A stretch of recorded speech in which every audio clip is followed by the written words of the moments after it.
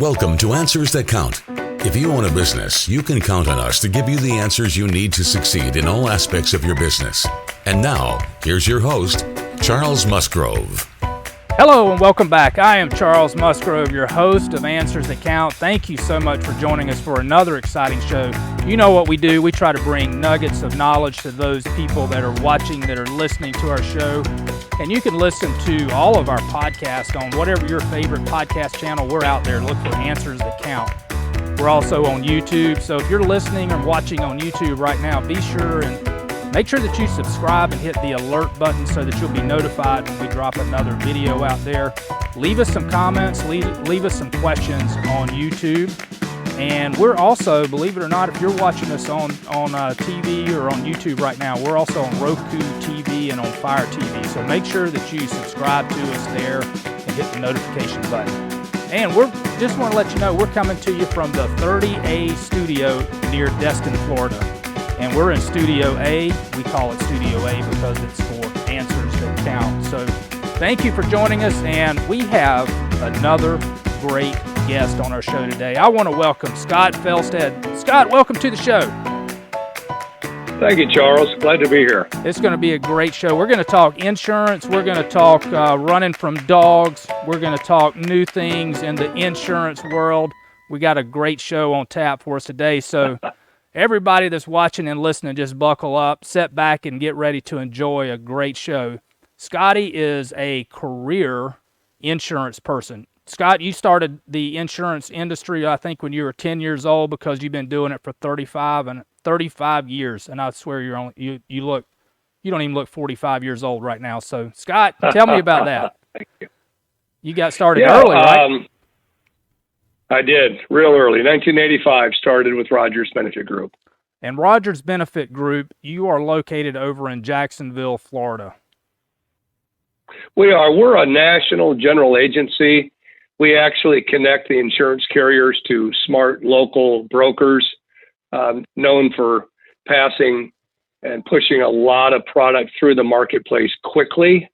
We're a national firm, started in 1947. So I've had the good fortune of being with the same company for 35 years, and it's really been a passion of ours here at Rogers. Good. So you're basically, the way I like to say it, you're the agent for the agencies. We are. We've got so we manage and service and market in 31 of the northern counties in Florida out of the 67. So from the Villages all the way up through Jacksonville, all the way out through Pensacola, and work with about 400 independent brokers in that region. That's a lot. So, we're going to talk some good technical stuff with insurance, but before we get started with that, I have known you for, I don't know, probably 10 years or longer, and I can always count on you to bring some awesome dog stories. Now, I love dogs. I always have dogs, and I've been known to carry my dogs to work, and they're in my office. So I'm a passionate dog lover, and that seems to contrast with your love for dogs and how dogs love you. I think that's probably the real story is that dogs you are not a best friend to dogs. Is that right? Yeah, it's pretty ironic. I grew up with large dogs, labs, and the like. And even when I visited your office 10, 15 years ago, you had some pretty frisky canine units running around, and it was always pretty obvious that they were drawn to me. So I've been able to survive for 58 years now, and but always on the lookout.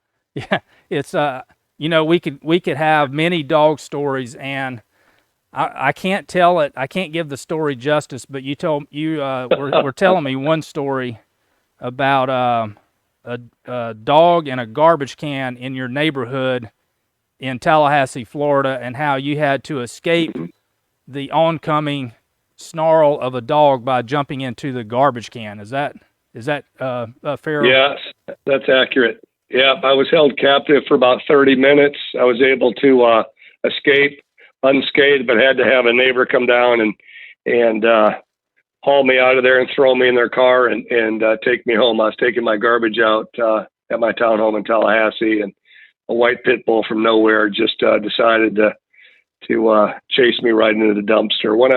One of the better ones for sure. Yeah, and it's I think you've told me that you've had to jump on top of tables before and to escape dogs. And it's funny because we had a mutual client and they had a glass table, so you could see through the table to what was underneath on the ground. And that the client also had a large boxer. The boxer probably weighed 100 pounds, and I think you stayed distracted the entire meeting because that dog was under the glass table, and I swear you were on the verge of jumping on top of that table at any minute. There's no doubt about it. I remember it like it was yesterday. So it's you've got nothing on the post people that deliver the mail. It's you would never be able to be a mail carrier. No, wouldn't stand a chance for a day. Now I have to ask: do you carry some type of mace spray for dogs, or do you carry some type of dog repellent with you? Always. My most recent episode was in Tallahassee. There was a young couple with a black bulldog, not on a leash, and they picked him up. And as I passed by, and I almost got home, and I saw that thing charging me, and I was yelling, call him off, and I ended up having to spray him to avoid a confrontation. It was disabling. It was very unfortunate, but yeah, I'm always prepared for that.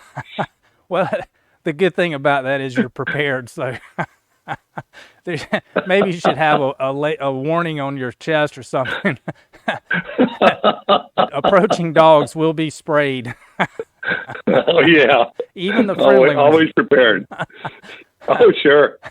So let's move on to the to some insurance matters. So you've been telling me that the insurance market is going to be changing in the North Florida area. But before we get to more of a local level, what insurance is always a topical discussion on the federal level where we have it, it's even a topic right now in the presidential debate. So what do you see on the federal basis as far as nationalizing the healthcare system, or is it going to move more? Is it going to stay where it's at on the private side, or what do you see happening there? I know we got kind of a dismantling of Obamacare, but what do you see in the future? Crystal ball it for us, Scotty. Yeah. Well, very simple. Healthcare is just one of those political issues where there's little or no compromise. It's such an emotional issue.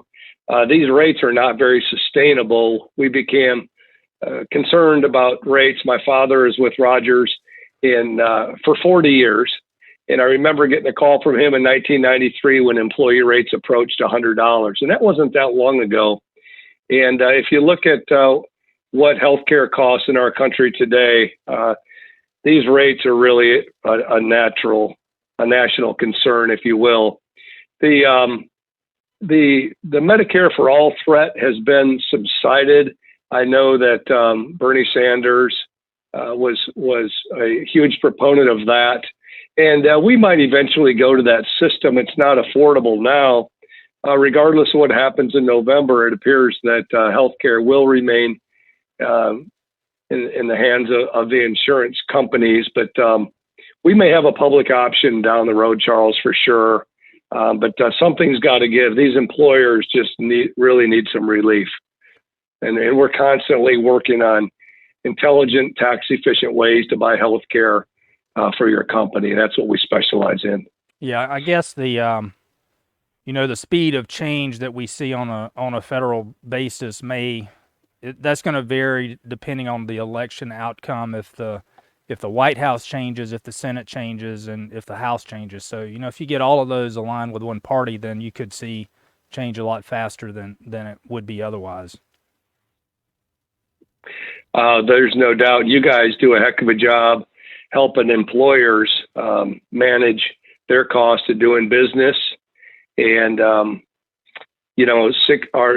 studies show that 67% of all employers in Florida are being overcharged. Most of the time, not to anybody's fault. It's just that what they bought 5 years ago hasn't been upgraded. And 86% of employers in Florida are not aware of what's available to them in the marketplace, whether it be a fully insured solution, maybe new to their market, or a dividend producing plan where they're actually in a profit sharing arrangement with the insurance company. They simply are either being overcharged or not aware of what's available. And it's normally both. So I certainly am not in favor of the trajectory of small group marketing right now. We've got a lot of work to do in North Florida and some great news on the horizon. Yeah, that's a good point, that it's really incumbent upon the agents to be updated, to be informed, so that they can educate the employers to know about the changes, because that those statistics that you just rattled off are startling. That the number of employers that are being overcharged, and a lot of that's just a result of them not being aware of the available plans that are out there. And you mentioned, one of the things that you mentioned was a fully insured option. So explain what that is. Just kind of keep it high level, but what is the fully insured option? Well, the scope of what we do at Rogers, and especially here in Florida, is we help brokers and ultimately the consumer, all the way from individual and Medicare insurance to small group to large group, normally up to 500 lives. The individual is a whole different approach. Now that the individual mandate was repealed a year ago, there's not as much pressure there. The employers that have at least 51 employees based on the previous calendar year are in partnership with the Internal Revenue Service, and they're buying health care and paying the majority of the premium. It's the small employers that have between 2 and 50 employees that are really struggling to find a quality advisor, one that's very, very up to speed on what's available in the marketplace and knows how to build a plan design that is sustainable, not just a year solution, but is sustainable over time. Health savings accounts continue to be undersold. And to answer your question on a fully insured solution, those are modified community rates. They're unisex, which is an interesting way to price healthcare. They're strictly age driven and don't take even industry into perspective. So some groups are best in a fully insured solution, but we're concerned about those 3-to-1 rate compressed offerings by the carriers, but have good news on the way for all of North Florida for fourth quarter in 2021. We've got huge rate relief impacting the markets. Before we get to that, what's the description or the name that's given to the plan type where the employer shares in the risk, meaning that if they have good results as far as claims for the year, that they may get a refund of the premium that was paid in, and they kind of cap out what their maximum exposure is? Sure. So those products are called level funded solutions. We call them dividend producing plans. So in the small group space, it's pretty much self-funding with training wheels, meaning that if your claims are less than projected for a group, for your specific group, then you'll get either the entire difference or a portion of it back to the employer on the 15th month in the form of a check. Right. And those average about $12,500 a year.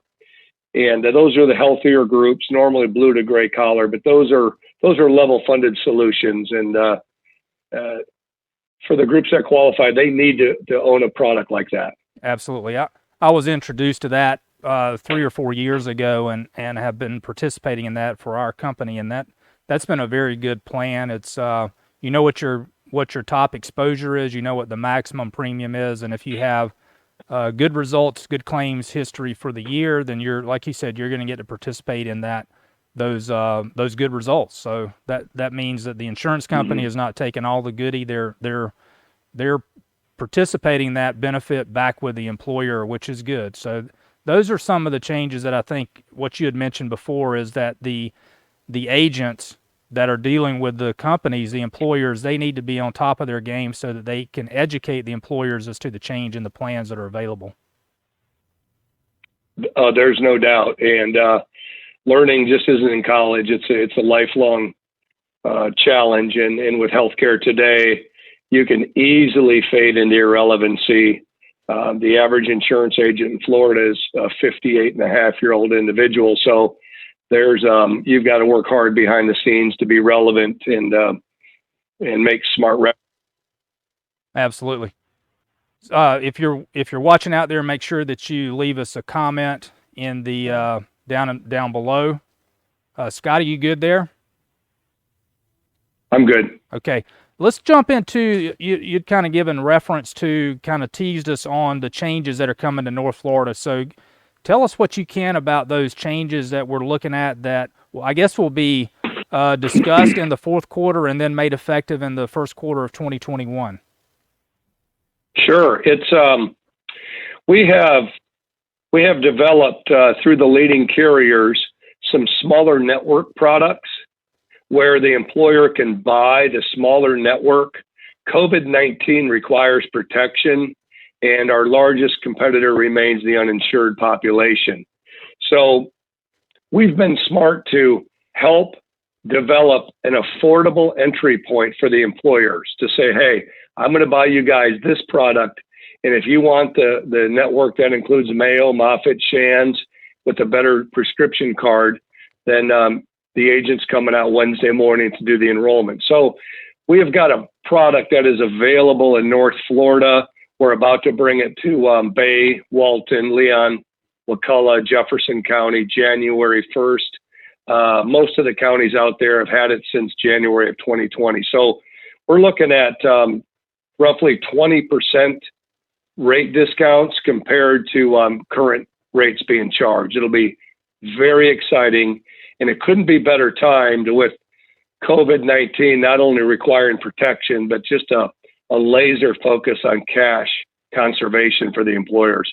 Yeah, that's good. So we'll put your email address in the notes and in the description of in the comments section on YouTube. So those that are watching or listening, be sure if you've got questions, you can contact Scotty through that email that I have posted out there. That'd be great. I'd be more than happy to help employers. We get calls constantly, and then we'll put them in the hands of a quality local agent, as we are a wholesaler, a general agent, kind of the manufacturer's rep, if you will. We don't write direct, but I can certainly get these employers, these challenged employers, in good hands immediately. Good. So it sounded like you were describing a better plan at 20% less rates. Did I understand that correctly?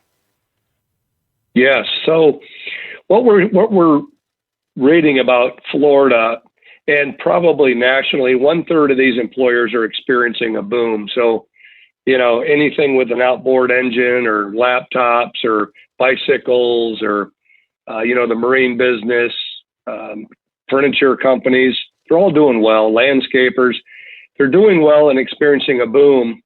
1/3 were forced to work remote, and they're starting to grow a little bit. And then 1/3 are in deep trouble and looking for government money. So we are bringing some more competitive options to the marketplace. And again, it's been way overdue. And the first month that it was available here in Jacksonville and Ocala and some of the other areas, Pensacola, we had over 300 small accounts come through our office. And that's how much these employers are starving for some affordable health care. That's a lot. Rightfully so. So when that happens, are the same doctor groups, same physicians, they're going to be in network that probably the employers and the people are experiencing now. So you're not going to see a shift that they're all of a sudden going to lose their favorite doctor in order to go to this new plan. Yeah, it'll be about 70% match on our big, robust national PPO networks. It'll be about 70%. And so if their doctor is not in it, or they need a stronger pharmacy card, Charles, we're also going to offer a high plan for them to buy up to through a payroll deduction system. Okay. So those 30% that are dropping off, are those most likely going to be the specialty practices? They will be, and the centers of excellence like Mayo Clinic is normally not in the smaller network plans, and that's a relevant piece over here in Jacksonville. But it allows an employer to sign up for the Mayo Clinic network and not have to buy it for 15 people. Good. So how would you be able to bifurcate that so that the employer could buy that up? Yeah, so a group that's got 10 or more employees, we're going to show them 3 different plans, like a bronze, silver, and a gold plan. And the bronze plan will be the skinnier network option. And then there will be a middle plan, hopefully a health savings account, because that is a either use it or keep it, triple tax friendly medical IRA, for lack of a better term. And then a very rich copay plan for the heavier utilizer. So it's kind of like a healthcare buffet line that we created decades ago, and the employee can make their selection, which is more sustainable than an employer picking a plan. Healthcare is not one size fits all and shouldn't be. No, that's true. So when you said a use it or lose it on the HSA, that doesn't mean they have to use whatever they put in for the year. They can carry that. That's built up in their HSA plan that they can use sometime in the future if they don't use it in 1 year. That's correct. So the health savings account is not a use it or lose it like an FSA may be. It's a use it or keep it product. Right. That rolls over year after year. You can put $3,600 in it or $7,200 for a family year after year. And we're talking to clients that, that have $100,000 in their HSA, and they can use it for Medicare premiums and give them maybe earlier permission to retire once they evaluate what retirement requires. Absolutely. That's a great benefit. So what are what's the flexibility or the ability to invest that money that's over in the HSA account? Yeah, most of the insurance companies will have a bank that they're affiliated with, and it works in perfect conjunction. But they can go to their local bank and say, hey, do you guys have health savings accounts? I'd like to open one here. That way, if the member changes insurance companies, they've got it in an independent financial institution. Some, after you have a certain limit or a certain balance, they'll allow you to put those monies in index funds. And, I don't know if you should be speculative with your healthcare dollars, but we've had a health savings account at Rogers Benefit Group for all 400 of our employees. And we really like having that product, and that some of my associates are building up impressive balances versus giving it all to an insurance company. Absolutely. And that's tax deferred at best. So that is a great option. That's a way to stack money away tax free now and use it in the future for qualified health benefits or health reasons. So payment of health costs. So I would strongly encourage that. So that's a way to go. What else are we looking for that could be introduced in 2020 and start for sure in 21? Well, there's just such a focus on affordability right now with COVID, and there's just so much uncertainty. Consumer confidence is quite a bit lower than it was in March or April incrementally. This COVID is hard to predict the path of COVID. We're all really battling against this. I've never seen such a high percentage of accounts coming in, Charles, that have never previously offered benefits to their employees. So there's a major concern for healthcare right now. But a new account like that, their current costs are zero, but their current network of doctors is zero, and they really benefit from some of these lower price solutions that are entering the marketplace. Do you offer any disability insurance also? We do, and disability sales are up. People have actually experienced the real consequences of not having an income, right, with COVID, losing jobs. going out on disability and the employer not having a sick leave plan. So disability sales are up, and over the years have been very under-marketed in the marketplace. Absolutely. So I could see that, the health insurance is going to cover the cost related to being sick. So you got your health insurance coverage there, but it does not cover if you have loss of income. So the way to get that is going to be disability. So I could see happening what you're describing, that you've got an uptick in more employers looking at purchasing health insurance, but they also are responding to the possibility of people being out of work and having the ability to cover that for the employees as they're out, as they miss work. So I could see those two going hand in hand. Mm-hmm. Sure.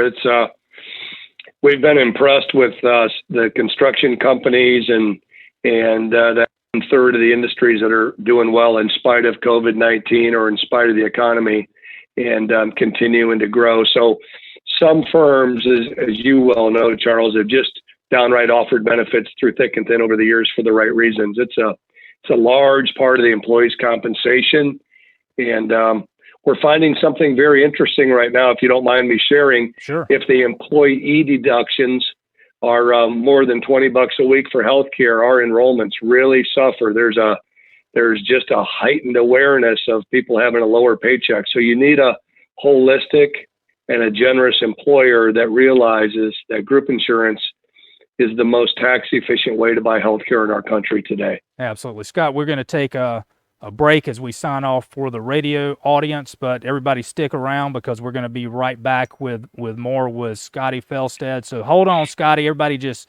hold on just a minute. You've been listening and you've been watching Answers That Count. I'm your host, Charles Musgrove. For those that are on YouTube that are watching this, hang on. We'll be right back. Thank Scotty, you. so let's continue that. So there's a lot of reasons the employers right now they want to enter the market for health insurance. Only one of those is just for what they would have done it for in the past. Now they're really doing it out of a concern for their employees and be able to provide for their employees, and also jumping over to the disability. There's a tax benefit. If they set that up correctly with a 125 plan, they get those premiums paid for or pre-tax. So there's just a lot of benefits that they can really pull down the out-of-pocket cost that the employer is incurring, and they have those shared type of plans that you described earlier, where if they have good experience, good claims experience with their covered group, that they're going to get some of that money back. Mm-hmm. And those dividend producing plans, Charles, on a monthly basis are just a lesser cost. So whether or not they get that surplus or that dividend, they're still going to benefit from lower monthly costs.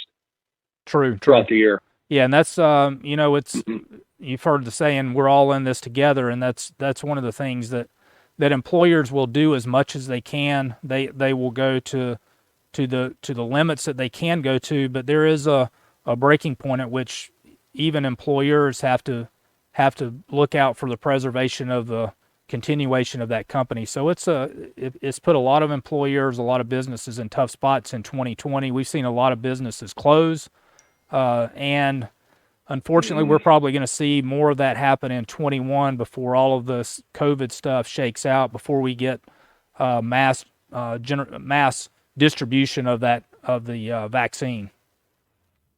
Sure.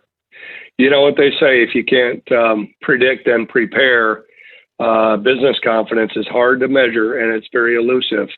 And so the advisors who can go to their clients with some of these solutions we're discussing today will be ahead of the game. Yeah, I would echo that. And it's this has been a year that we've seen, and we've even tried to counsel businesses to prepare for the worst, or at least plan for the worst. And it's that sounds like doomsday type of discussions, but it really forces you back to the basics. Make sure that you've got cash preservation, that you're doing things as efficiently as you can, that you're not spending money that you don't need to spend money, and that you're looking for, not that you hope things will turn out bad or that things will be the worst, but you want to make sure that that you're looking for that and you've considered those worse options so that you're not caught off guard. Mm-hmm.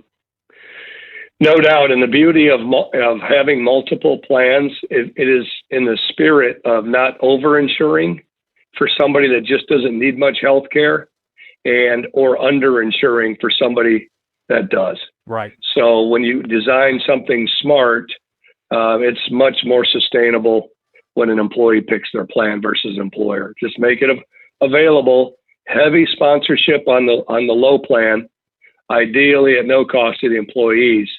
And it's the number one way to lock in low rates is insure your young people. If you don't, if you let those 25-year-olds waive coverage unnecessarily, you could end up paying $500 for a $300 product. Yeah, good point. Good point with that. What do you see? And I know you talked about what's going to happen in Florida, in particular in North Florida. Do you see that same type of plan availability in the other states? We do. Some of the national carriers have taken these ideas elsewhere. Some are Florida only plans, and they're unique to Florida. And I continue to be amazed how geographically sensitive healthcare is. I'm in Jacksonville, and what works here doesn't even work in Lake City, 45 miles away. So interesting. Healthcare will continue to be very geographically sensitive. Well, that just I would guess, with that being the case, that puts an extra burden on you and on the agencies too, because you can't have one education process to blanket the state of Florida. You've got to have it zeroed in on a community level basis. Yeah, we do. Those small rural areas, those single hospital markets, it's hard to do an aggressive managed care deal across the street. So in those rural areas, and I speak for South Georgia also, since I do quite a bit of work up there, their healthcare costs overall are higher, much higher than North Florida as a result. Really? So why would that be the case that 10 miles can make that much difference? Yeah, it's a lot of it comes down to the networks, the pricing and the discounting that the insurance carriers will have with certain providers. So it's like Mayo Clinic here in Jacksonville. Each one of those providers negotiates their own deal with the companies.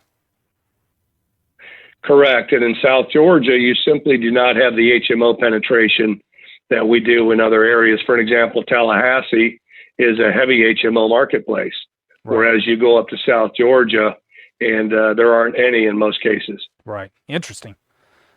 Well, Scotty, anything else you want to leave us with? You got another exciting dog story to leave us with, or you want to save that for the next show? No. Well, no, every day's a gift, so it pays off to be cautious. I've had some life experiences, and I know that we're humored by these canine stories, but they continue to happen, which is strange.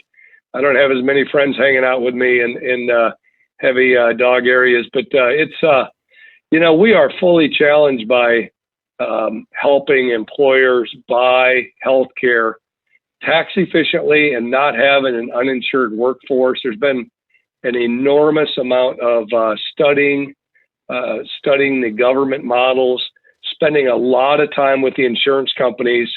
So news passes through the marketplace quickly. Every Monday is different. We get together with the team at 8:36 every Monday morning and talk about the new week. And that's really how dynamic healthcare has gotten to be in our country.